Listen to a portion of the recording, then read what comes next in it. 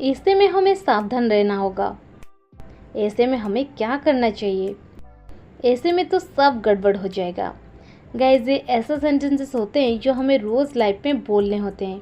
इस प्रकार के सेंटेंसेस को हम इंग्लिश में कैसे कहेंगे? इस प्रकार के सेंटेंसेस को इंग्लिश में कहने के लिए हमको पहले जानना पड़ेगा ऐसे में इसकी इंग्लिश क्या होती है।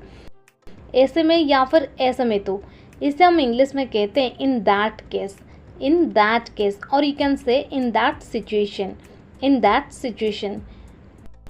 चलिए इसका कॉम्प्लीट स्ट्रक्चर देख लेते हैं। पहले आपको लिखना पड़ेगा कॉम्प्लीट सेंटेंस, इसके बाद आपको यूज़ कर देनी है इन दैट केस या फिर इन that situation.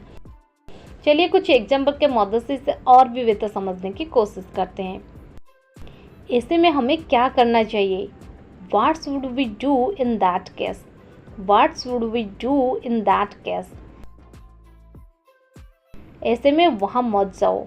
Don't go there in that situation. Don't go there in that situation. ऐसे में हमें सावधान रहना होगा। We have to be careful in that case. We have to be careful in that case. ऐसे में तो सब गड़बड़ हो जाएगा। Everything will get upset in that situation.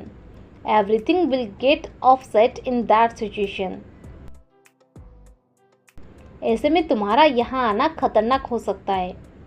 Your being here may be dangerous in that situation. Your being here may be dangerous in that situation.